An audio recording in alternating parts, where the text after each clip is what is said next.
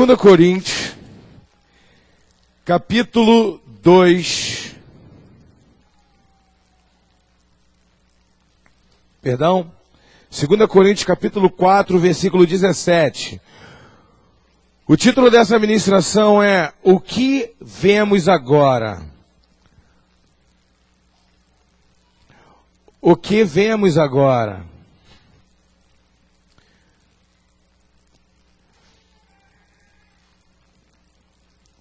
Vamos ler do 16 em diante, que diz assim: Por isso não desanimamos, pelo contrário, mesmo que o nosso homem exterior se corrompa, contudo, o nosso homem interior se renova dia em dia.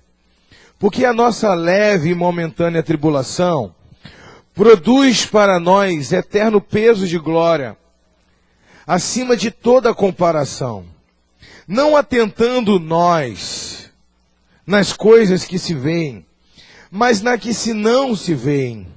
Porque as que se veem são temporais, são transitórias, e as que não se veem são eternas. Deus tem ministrado muito no meu coração acerca de visão. E o que é a vista, o que é a visão. Eu gosto de outras passagens que diz: nós não fomos chamados para caminhar por vista, mas por fé. Eu gosto de outros versículos, eu poderia usar muitos outros versículos para encabeçar essa ministração. Mas a verdade é que o que nos move não é o que nós vemos agora. O que nós vemos agora é fruto do que nós vimos ontem. Na verdade, Deus está estruturando a nossa vida pela visão. A vista é o que os olhos veem.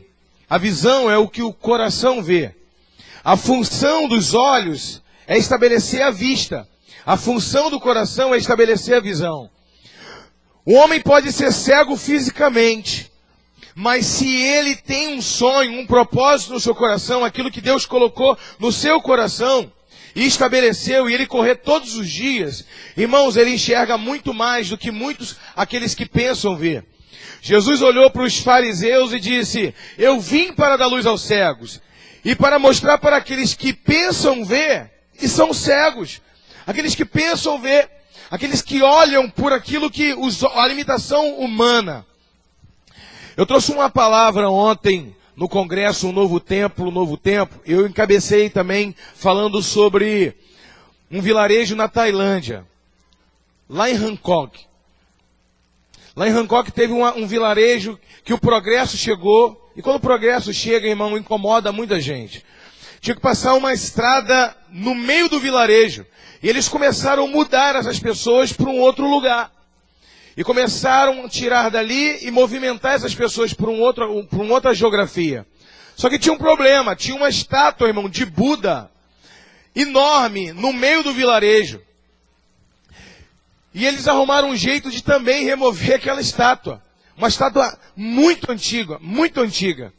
E eles tinham um carinho muito grande por aquilo ali, dentro da religião e da crença deles. Então eles contrataram um guindaste para tirar e remover aquela estátua. Só que conforme foi removendo, aconteceu o que eles temiam. Começou a soltar o fundo de barro, a estátua era de barro, e começou a soltar o fundo, e de fato aconteceu o que era previsto. O fundo soltou inteiro e o povo ficou desesperado. Mas quando eles olharam, a estátua toda era de ouro por dentro. Tinha uma outra estátua de ouro por dentro que estava ali há anos.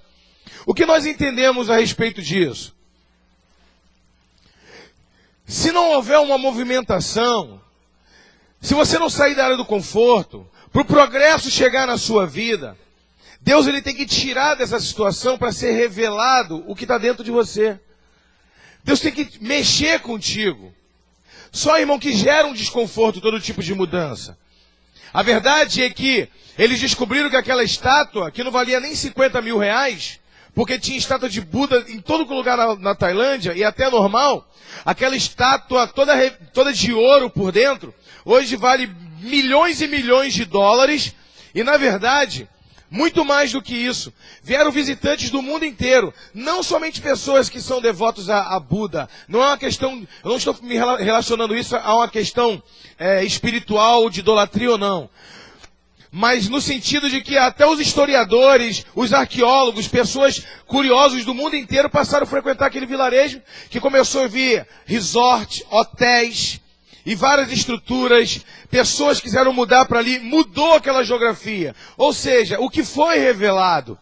Existem coisas, irmão, na nossa vida, existem coisas dentro de nós, propósitos, que estão parados, nostálgicos, apáticos.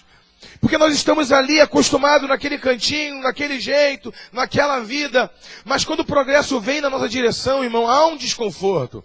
Mas quando nós nos dispomos a ser resgatados por Deus, sendo transladados por Deus, nós encontramos o verdadeiro propósito da nossa vida. Irmãos, existem pessoas que têm grande valor. Todos nós temos um grande valor. Olha para o teu irmão e diga, você tem um grande valor. Ter valor é muito diferente de ser valorizado, irmão. Você pode, eu já falei sobre isso aqui também.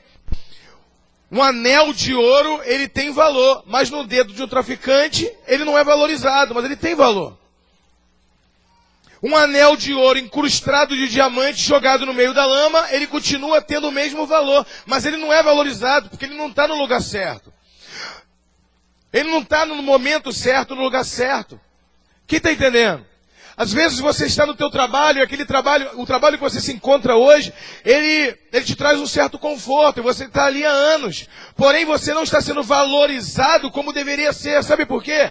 Porque você está enfincado num lugar, num ofício, que não está revelando o que de fato é. O que Paulo está querendo dizer é o seguinte: não olhamos para as coisas que se veem. O que ele está querendo dizer é que, às vezes, o que nós vemos não é necessariamente o que realmente é. Às vezes você olha, você é negro, é preto, você acha, eu não posso. O teu valor é a tua cor da pele ou o propósito que tem no seu coração?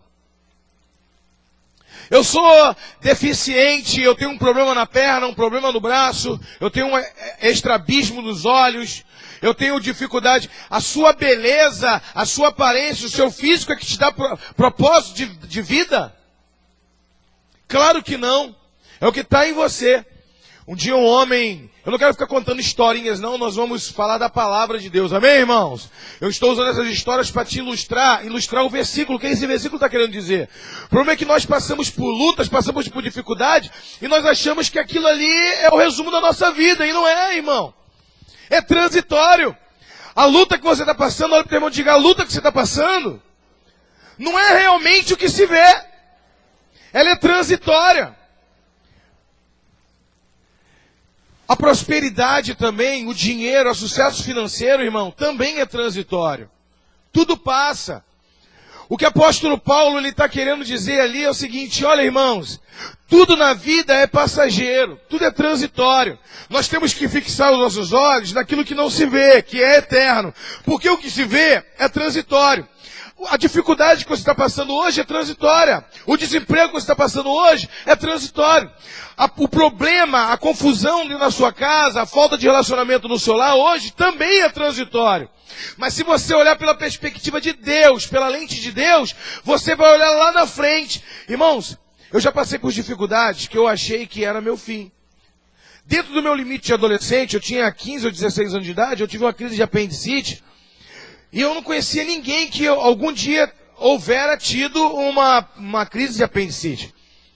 Eu morava na casa com meu irmão e minha cunhada. Eu comecei a dar febre, muita febre. Meu irmão trabalhava, eu comecei a sentir dor no estômago, muita dor no estômago. Mas era uma dor, a dor da apendicite, irmão, é uma dor terrível. É uma dor muito, muito forte. Eu pisava o calcanhar no chão, dava uma dor de quase querer cair no chão. Uma febre que não parava, uma febre que queimava o rosto. E eu fiquei 2 dias, irmãos. A apendicite ficar 9 horas, 7 horas, ela sufura e você pode morrer.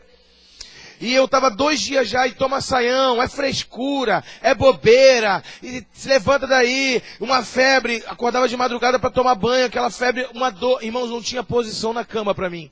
Sabe o que passou na minha mente naquele momento? Eu falei, eu vou morrer. Eu falei, eu vou morrer. eu vou morrer, não dá pra mim, eu vou morrer. Quando meu irmão me levou no posto de saúde, o médico olhou pra mim e disse, fica na ponta do pé. Eu fiquei na ponta do pé e disse, desce com o calcanhar no chão. Quando eu desci com o calcanhar no chão, eu desabei no chão de dor. O médico disse, corre com ele que é apendicite. Quanto dia tá sentindo? 2 dias, corre com ele. Me botaram numa ambulância e me levaram. Quando eu cheguei lá no Getúlio Vargas, lá na Penha, irmão, de Caxias pra Penha, aquela ambulância sacudia, irmão. Tiraram minha roupa na frente de todo mundo, irmão, na recepção, vergonha. Já era um adolescente, na frente de todo mundo ali na recepção. Mentira, que ele vai entrar direto pra... Vai entrar. Ele tirou, irmão, foi tirando a minha roupa. E eu, nu ali na frente de todo mundo, uma vergonha muito grande. Eu pensei, na minha mente adolescente, sentindo dor, ao mesmo tempo sentindo muita vergonha. Eu falei, na mente vem assim, eu queria... Era melhor eu morrer mesmo, passar por isso. Existem coisas, irmão, que nós passamos na nossa vida, que nós pensamos na hora, é o fim. Mas quando nós paramos para pensar, agora que nós já estamos no nosso presente, que antes era o nosso futuro, eu penso, como eu pude pensar uma besteira dessa? Eu estava apenas começando a vida.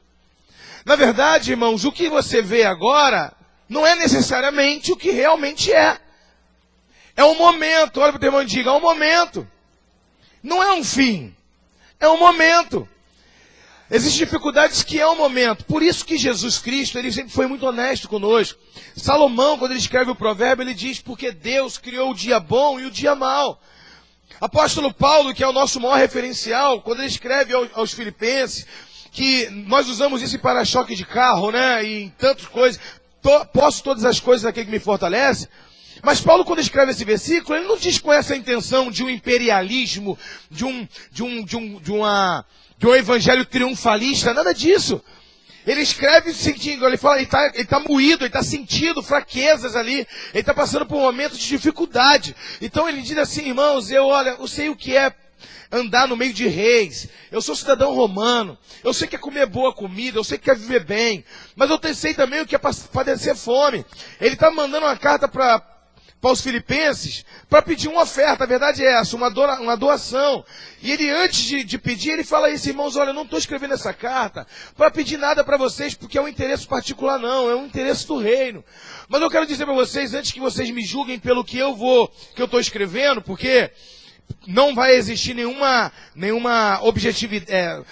subjetividade, vocês não vão ver o meu rosto, vocês não vão ver o meu olhar, e carta não transmite sentimento, então eu quero passar o máximo possível nas escrituras, escrito, o meu sentimento para vocês. Olha, entenda, eu não estou pedindo isso para vocês porque eu estou carecendo de necessidade, não é para mim, é para mover o reino, é para um propósito. Ele disse, eu sei o que é abundância e eu sei o que é padecer necessidade. Posso todas as coisas naquele que me fortalece. Quem pode dar uma salva de palmas para o Senhor Jesus? Ele está querendo dizer, Cristo é o suficiente para mim. Cristo é o suficiente para mim, irmãos. Eu não tenho nenhum interesse no que você vai me dar. Eu quero que você entenda o propósito que Deus colocou no meu coração, que possa também entrar e você engravidar e gerar esse propósito junto comigo. É bom saber que existe uma pessoa que está entendendo o que eu hoje também compreendo. É uma visão. A visão, uma pessoa só compreende se descer o coração. Porque se eu falar para você aqui algo, eu der uma palavra para você, ficar só no âmbito da mente e não descer para o teu coração, não vai valer, irmão. Mas se descer o seu coração, você vai entender igual eu entendo. E eu vou ser compreendido por você. Quem está entendendo? Todos nós queremos ser compreendidos, irmão. Olha para o teu irmão e diga, chegou o tempo da visão. Um dia um diretor de um asilo percebeu que todos os idosos que chegavam no asilo dele morriam cedo. Morriam logo. Morriam cedo no sentido não literal, né? Porque já é idoso, não morria cedo na infância, mas com pouco tempo que estavam no asilo já morriam. E ele falou, não, nós temos que entender por quê. Por quê, meu irmão? O tempo, olha, diga, o tempo. Se uma pessoa, ela não tem visão, ela caminha por vista, quando ela cresce, quando ela fica mais velha, diga assim, isso não é da minha época. Irmão, a minha época é enquanto eu estou vivo. Quando uma pessoa acompanha o progresso, ela cresce, ela estuda, e ela tem visão no seu coração, ela pode ter 80 anos de idade e ser super atualizada. Quando uma pessoa não se atualiza, ela não tem visão, sabe o que acontece? Ela fica fora do seu tempo, mesmo ainda o tempo que ela vive seja o seu tempo, porque ela está viva. Então ela começa a sentar com as pessoas, ela não tem um pensamento atualizado, ela não tem uma mente atualizada. E aí os jovens não têm paciência para conversar com eles. Uma pessoa dessa tem tanta coisa para compartilhar, não tem? Cabelo branco, rapaz, fala de sabedoria. Ou barba branca, né, Antônio? Porque cabelo branco provavelmente tu não vai ter, mas barba branca tu vai ter. A verdade é que, imagina quanto que essa pessoa não tem para ensinar. E se essa pessoa for cristão e for estudioso, acrescentado todo o conhecimento de leitura de vida, e acrescentado todo o conhecimento adquirido, o quanto essa pessoa não tem para ensinar. Agora imagina uma pessoa com potencial de lecionar, de pessoas sentar aos pés dele. Como Paulo disse, eu me assentei aos pés de Gamaliel. Uma pessoa que pode dar tanto com a sua experiência de vida, ser uma pessoa tão fora do tempo que os seus netos não têm paciência nem para conversar com ele.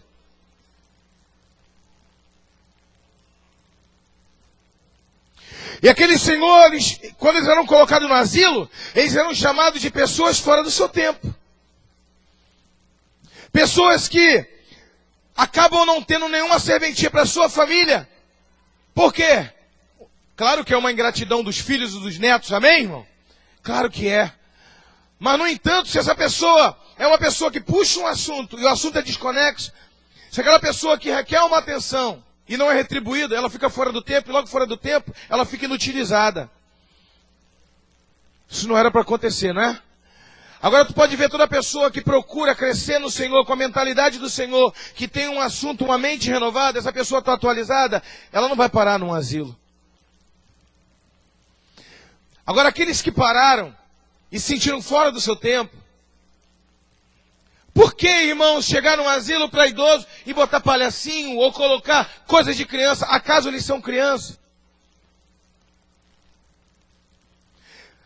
As pessoas pensam que eles estão gostando porque eles não estão gostando do que você está fazendo, estão gostando porque você está dando importância para eles.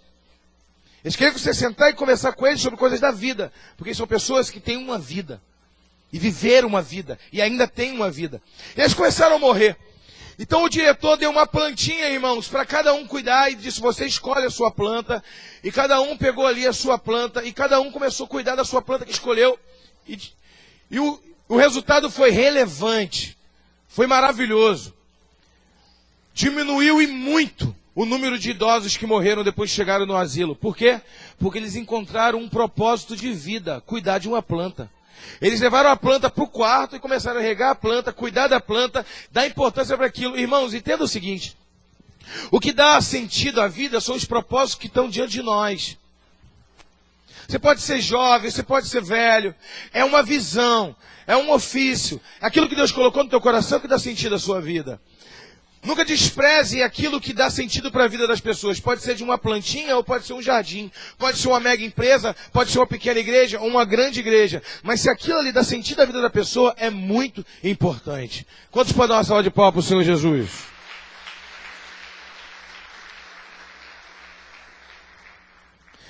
Mas, irmãos, nós não podemos viver a vida toda, de maneira alguma, com tesouro dentro de nós, sem ser revelado para todos verem. Nós não somos uma experimentação divina. Deus não nos experimentou para ver se nós iremos dar certo ou não. Nós fomos criados para um tempo e ajudar e cumprir um propósito da nossa geração. Você não nasceu fora da época, você nasceu para a sua geração. Eu tive um sonho uma vez, quem aqui já buscou uma intimidade com Deus tão grande, ao ponto de querer ser tão íntimo dele, se relacionar com ele o tempo todo? O meu maior sonho sempre eu compartilho sempre com a minha esposa, eu quero ouvir Deus o tempo todo. Ela falou, amor, vai ficar de jejum, eu ia ficar de jejum 2 dias sem comer pelo congresso, para um novo tempo de intimidade com Deus. Ela, não, amanhã meio-dia eu quero almoçar contigo. Eu quero fazer tudo, irmão, porque eu quero estar mais próximo de Deus, embora nada que eu faça vai me aproximar, mas eu quero sim, tudo que eu puder usar, oração, jejum, palavra, tempo de oração, eu quero, porque se eu não estiver próximo de Deus, numa intimidade com Ele, tudo faz sentido, tudo perde sentido. Eu subi no púlpito aqui todo dia para pregar a mensagem, para aproximar vocês de Deus. Se eu não estiver próximo dele, perde sentido. E logo a minha vida, eu estou perdendo tempo. E o tempo da minha vida, eu não estou cumprindo o propósito. E aí um dia eu falei com Deus, Senhor, eu quero ouvir sua voz. Deus já me permitiu ouvir a voz dele. Não só uma vez, mas algumas vezes. Deus já me usou assim, em muitas questões espirituais, revelação, visão. Mas eu queria algo íntimo, não aplicável ao ministério somente, mas a mim mesmo. Numa intimidade com ele. Eu falei, Senhor, eu quero ver a sua face no momento da crucificação. Eu quero ver o que João viu, para que venha temor, mais temor no meu coração e gratidão. Eu falei, se eles viram a sua imagem de homem, eu gostaria de ver também a sua imagem. Projeta na minha mente, no meu coração. Eu quero ver, me revela, Senhor. E eu pedi sempre isso a ele. Até que, naquela noite que eu pedi, eu tive um sonho. Eu vi um homem sentado, irmão. Aquele homem estava sentado com uma roupa muito antiga, daquelas roupas daqueles filmes do tempo de Jesus, como se fosse um vestido, né? Um filactério. E ele estava sentado assim, o cabelo dele era cheio, meio cacheado, crespo, meio empoeirado, né? Meio sujo, um crespo meio sujo, mas até uma cabeleira bonita. E ele tinha umas mechas brancas no cabelo, umas rajadas assim, era grisalho o cabelo dele, mas tinha uns pontos mais de foco branco. Um olhar bem opaco assim, mas com a menina dos olhos bem brilhosa, sabe aquele olharzão? Bem negro. E uma maçã do rosto queimada assim, de sol. Eu estou detalhando o rosto dessa pessoa que se eu ver agora, eu reconheço. E ele estava sentado assim, olhando, eu olhei para ele e eu identifiquei que era ele, era Pedro, irmão. Irmãos, eu tenho certeza que se eu chegar lá no céu, eu vou ver Pedro, ele dá do jeito que Deus mostrou. Deus me mostrou. Quantos quer que Deus pode fazer isso? Deus pode mostrar a imagem, projetar a imagem real na minha mente.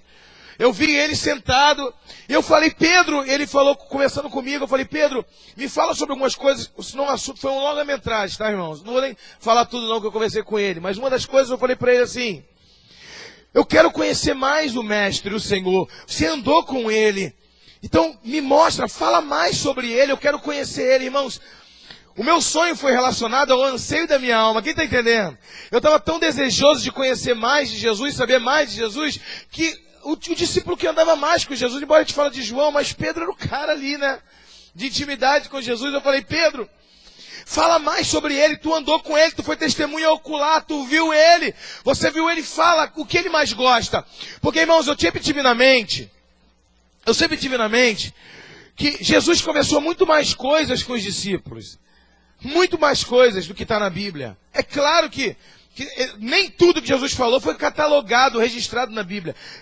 33 anos ele falando, 3 anos e meio andando com os discípulos. Se ele falasse 33 anos, irmão, daria uma enciclopédia de mais de 10 mil páginas, 100 mil páginas. Então, só o necessário foi registrado, que Deus fez, que o Espírito Santo lembrou os discípulos. Quem está entendendo? Então, para nós, chegou só o necessário. E para eles, até o que parece ser trivial, mas foi, para cada um, foi muito importante.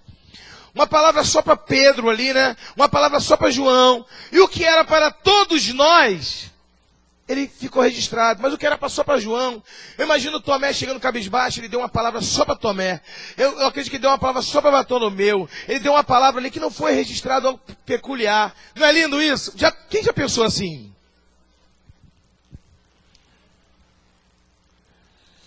E aí, eu falei, fala mais coisas dele para mim. E aí Pedro disse assim para mim, irmãos, foi a coisa mais linda esse sonho. Para mim não foi um sonho, foi uma revelação de fato. Ele olhou e disse, Paulo vai saber te explicar muito mais acerca do mestre do que eu. E de repente eu olhei, irmãos, e Paulo estava vindo. Um senhor calvo, não tem aqueles calvos que chega aqui bem careca aqui em cima, dá um cocorocozinho igual o mestre do mago? Gente, eu vi a aparência dele, o olhar dele bem fechado, assim, que a cara bem sofrida mesmo, acho que foi por isso que ele não casou talvez, né, porque o bicho era feio mesmo. Eu vi a imagem dele, eu vi, irmãos, ele vindo de longe, aqui o pouco de cabelo que tinha aqui do lado. Tem um ator na Globo muito antigo, que eu não lembro de novela, que retrata muito a imagem dele. Eu vou procurar pesquisar o nome desse autor, eu vou botar lá no Google lá. Me mostra a imagem do cara que eu não sei, talvez ele me mostre. A verdade é que quando eu cheguei e vi aquela imagem dele, Paulo vindo de longe, só que eu não falei com Paulo. Ele disse, Paulo vai falar, vai te explicar muito mais acerca. Eu acordei do... Eu no sonho ainda, o Paulo estava vindo de longe, eu falei, Pedro, eu estou impressionado. Eu preciso, olha a minha mentalidade contemporânea. Deus trabalha conosco, olha para o teu irmão e diga, Deus fala conosco na nossa contemporaneidade. Quem conseguiu falar contemporaneidade, levanta a mão.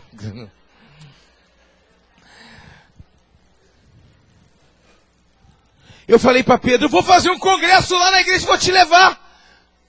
Eu falei para ele. Estou falando no sonho, eu falei, vou te levar, Pedro. A nossa igreja precisa saber o que você sabe.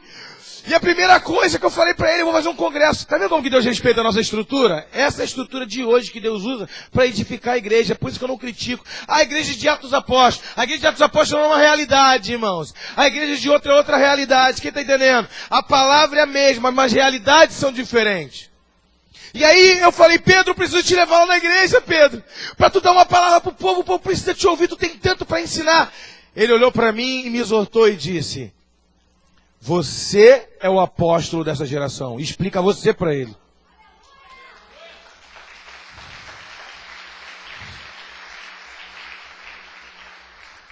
Que isso? E marido da Natália Mouta, apóstola Natália Mouta.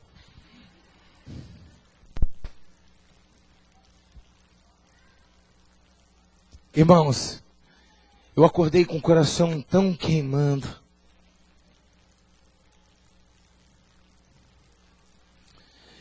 Eu fui ler a carta de Paulo aos Coríntios e aí Deus começou a falar no meu coração. Paulo também não me conheceu, ele não me viu fisicamente. Paulo disse, eu sou aquele que nasceu fora do tempo. Paulo disse, se eu tivesse nascido fora do tempo, os 12 de Jesus iam ter que ser lançados na sorte, quem ia ter que sair, porque eu seria 12 de Jesus. Mas ele disse, eu sou aquele que nasci fora do tempo. Próximo, 30 anos, 20 anos depois que Jesus morreu, Jesus aparece para ele no caminho de Damasco, se mostra para ele, se revela para ele. Mas Jesus já tinha criado uma estrutura nele, uma estrutura farisaica. Estuda, se capacita, mesmo antes dele se conhecer Jesus já estava trabalhando no íntimo dele. Estuda, se capacita, porque você vai explicar a meu respeito mais do que aqueles que me viram. Agora você pode aplaudir o Senhor.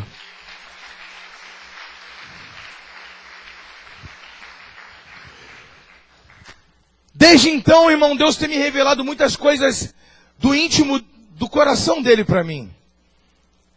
Quem é membro dessa igreja, eu tenho falado sobre coisas que algumas pessoas pensam assim, poxa, eu nunca tinha pensado dessa forma. E não são pensamentos egoístas e partidários e vaidosos que conduzem as pessoas a pensarem, nossa, esse pastor é isso, aquilo, outro. Mas de uma maneira positiva, que maravilha, isso me aproximou mais do sentimento cristão. Eu posso sim ter uma intimidade com Deus nesse nível. Eu não nasci fora da época. Eu nasci no tempo certo para cumprir um propósito nessa geração. Você não somos uma experimentação divina. Deus não nos experimentou. Deus nos criou, nos projetou. Você nasceu para dar certo e Deus vai revelar o ouro que está dentro de você.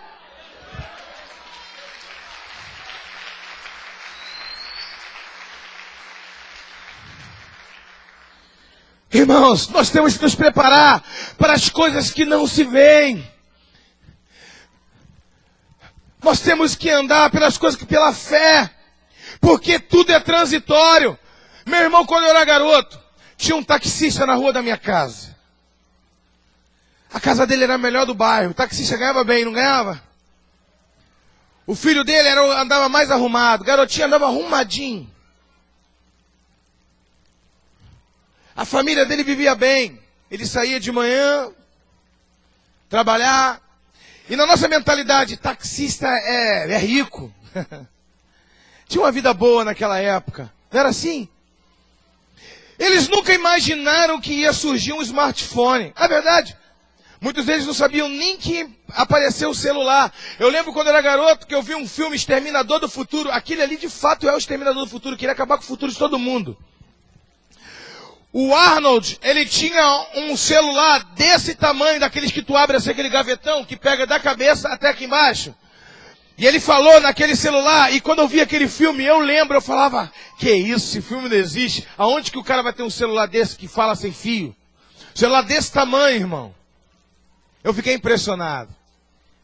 Quando eu fiz 18 anos, 19 anos de idade, eu comprei meu primeiro celular, um Nokia. A antena dele era desse tamanho assim, eu já achava bonito.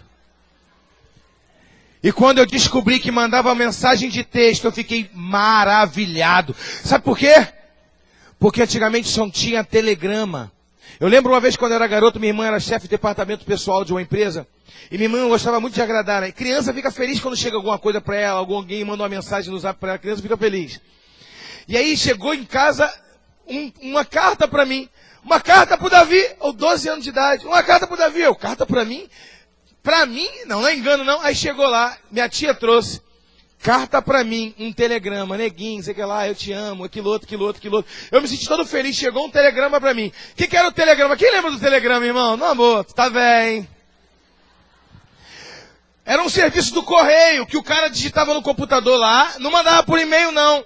Ele imprimia e o telegrama mandava de manhã e chegava à tarde. Era assim, era um serviço mais rápido, era uma forma de falar com a pessoa mais rápido, chegava no mesmo dia.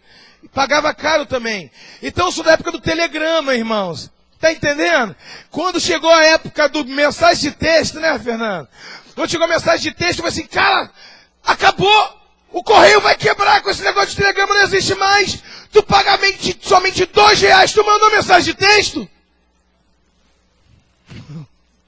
Era um progresso pagar R$2 uma mensagem de texto. E aí, era ATL, né? Tinha até um clube chamado ATL Hall. Aí a Claro comprou a ATL e aí virou Claro Hall. O que eu quero dizer com isso? Que quando eu joguei o jogo da cobrinha, eu fiquei impressionado. Lembra do jogo da cobrinha? Ia pegando um pontinho, ia catando os pontinhos, não podia bater ali. Aquilo ali, irmão, tomava 2 horas da minha vida por dia. Olha os jogos que eu tenho. Encaixar as pecinhas, pi, pi, pi, pi, pi. E quando eu ia dormir, aquelas pecinhas ficavam encaixando na minha mente, assim, ó.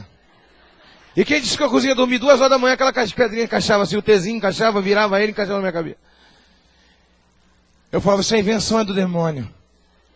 Não era assim mesmo? Quando tiver a sensação, aquele negocinho na tua mente sozinho, descendo assim, ó. Aquelas pecinhas encaixavam. E aí hoje eu vejo os nossos filhos jogando PlayStation 4, conversando com um cara lá dos Estados Unidos. Hello, we are together.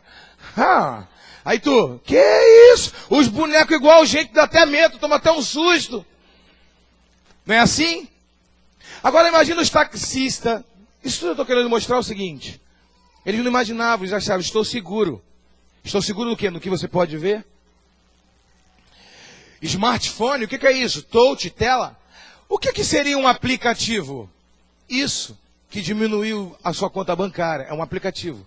Agora, inventar um aplicativo? Que aplicativo? Um aplicativo que chama um carro e que leva de um lugar para o outro destino através de satélite, GPS. O que é GPS? Aliás, o que é o GPS? Não sei. Meu irmão, entenda o seguinte. Não interessa o que você está vendo, seja de prosperidade ou seja de fracasso. Olhem para as coisas que não se veem, porque as coisas que se veem são transitórias. Temos que olhar para Jesus. Uma salva de palmas para o Senhor Jesus.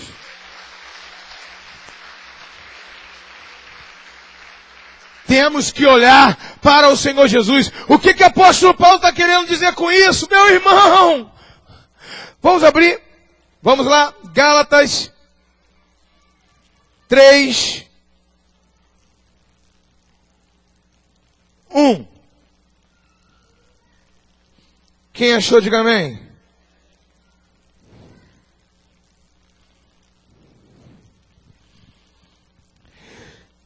Ó Gálatas insensatos, quem vos fascinou? Olha para o teu irmão e diga, quem vos fascinou? Ó Gálatas insensatos, quem vos fascinou a vós outros? Antes, cujos olhos foi Jesus Cristo exposto como crucificado.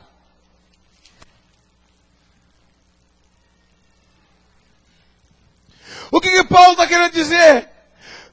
Quem fascinou vocês que o Evangelho é só alegria? Se a própria palavra nos prepara para dias bons e dias maus, a suficiência de Cristo. Meu irmão, quando você vai ler Êxodo capítulo 5, Arão e Moisés, ele chega diante de Faraó e diz: liberta o meu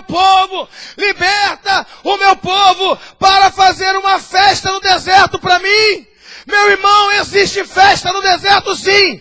Existe festa no deserto sim. Quando a tua suficiência, quando Cristo é suficiente para você, há festa no deserto sim. A minha pergunta para você hoje é: quem vos fascinou?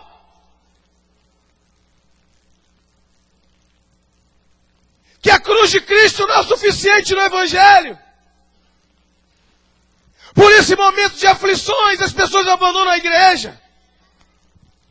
Porque os desertos não é momento de alegria. E um momento de abundância financeira, aí é momento de alegria.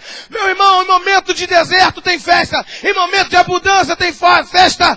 Posso todas as coisas daquele que me fortalece. Aleluia! Quem vos fascinou? Hebreus 11:1 diz isso: eu não estou vendo, mas eu tenho convicção das coisas que eu não vejo. Eu tenho convicção. O que eu estou vendo não é o meu destino. Irmãos, vamos falar do GPS de novo. Pronto. O GPS guia o homem do céu. A melhor ilustração, irmãos, para você entender a vontade soberana de Deus, o GPS é uma ilustração maravilhosa. Ele está no céu e a gente não está vendo. E aí você vai para um destino que você não conhece. E de repente a voz daquela mulher ou de um homem, ele diz: dobra à direita. Ou seja, é o céu governando as suas ações aqui na terra. E se você passa naquela rua, você tem uma nova oportunidade. O GPS diz assim: recalculando a rota, refazendo a rota. A rota pode ser outra, mas o destino é o mesmo. Às vezes Deus diz assim para você: entra à direita, e você passa direto. Talvez Ele vai recalcular a rota, mas você ia passar por uma principal, bonitinha, iluminada. Agora você vai passar por uma rua de barro. O caminho vai ficar mais difícil. Claro que vai ficar mais difícil, porque você não entrou aonde era para ter entrado. Então você vai pegar um caminho mais difícil. E se você recalcular a rota mais uma vez, talvez a próxima entrada do retorno seja 1 quilômetro. Talvez aquilo que Deus tem para você pareça mais distante, porque você não está andando em sincronia com a vontade soberana de Deus, com a vontade daquele que está oculto, a obediência daquilo que não se vê, a obediência, andar pela fé é assim. Meu irmão, quanto mais você desobedece, maior vai sendo a distância do destino. Mas se você já foi desobedecendo, Deus recalculou a rota infinitas vezes. Você está longe, você vai vir pegando estrada de buraco, vai vir fazendo dificuldade. Mas se você submeter, irmãos, você vai chegar no teu destino. Olha para o teu irmão e diga: você vai encontrar o seu destino. Passa a obedecer. E aí você diz assim: essa rua, ela parece que não vai sair lá. E aí você olha, aquilo que você vê não representa necessariamente o que verdadeiramente é. E aí você diz: eu vou entrar na outra. E aí você erra de novo.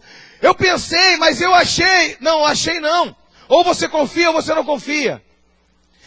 Eu estou usando uma ilustração dentro da perspectiva de outras cidades, de outros lugares. Estou falando que, mas tem gente que o GPS entra e manda na favela. O GPS também não é Deus. Eu estou botando uma perspectiva de Deus. Se você obedecer o Senhor, irmão, Ele vai te conduzir para aquilo que Ele tem para você.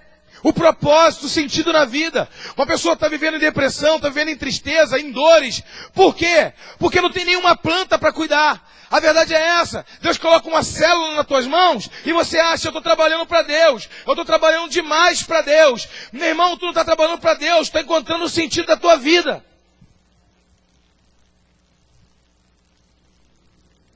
Deus quer te tirar da nostalgia. Existe algo muito grande a ser revelado dentro de você.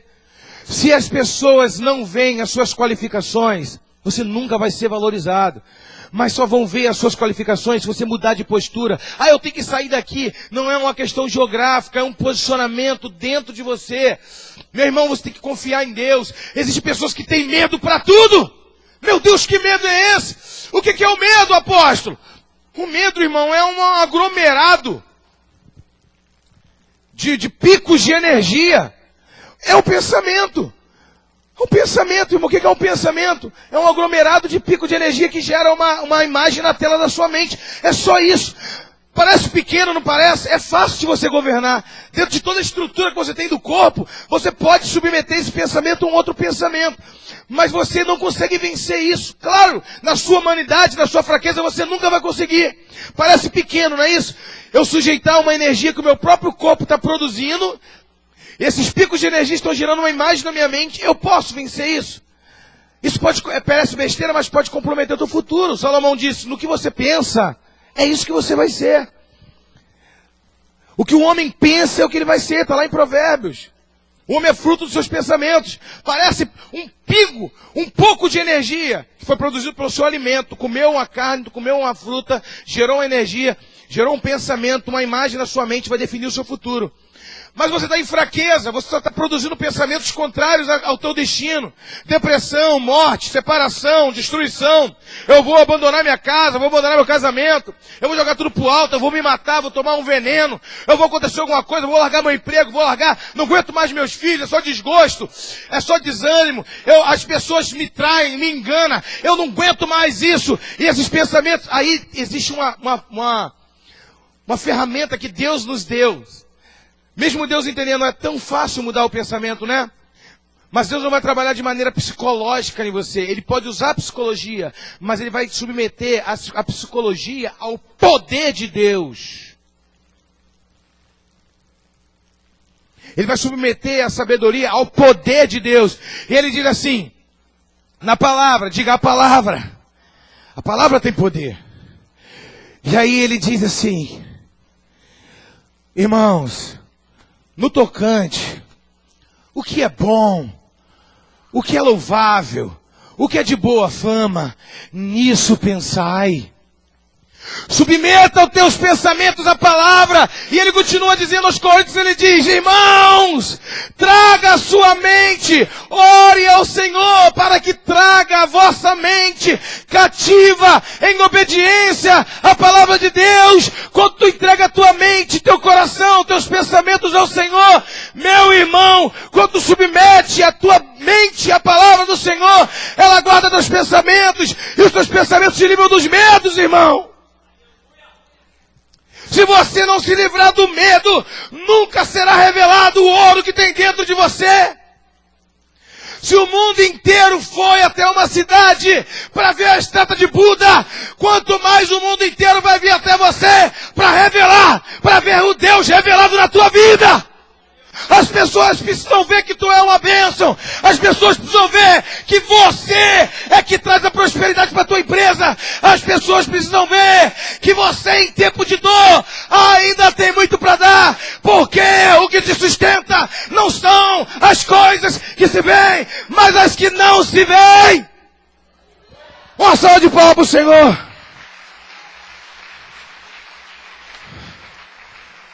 Se coloque de pé nesse momento.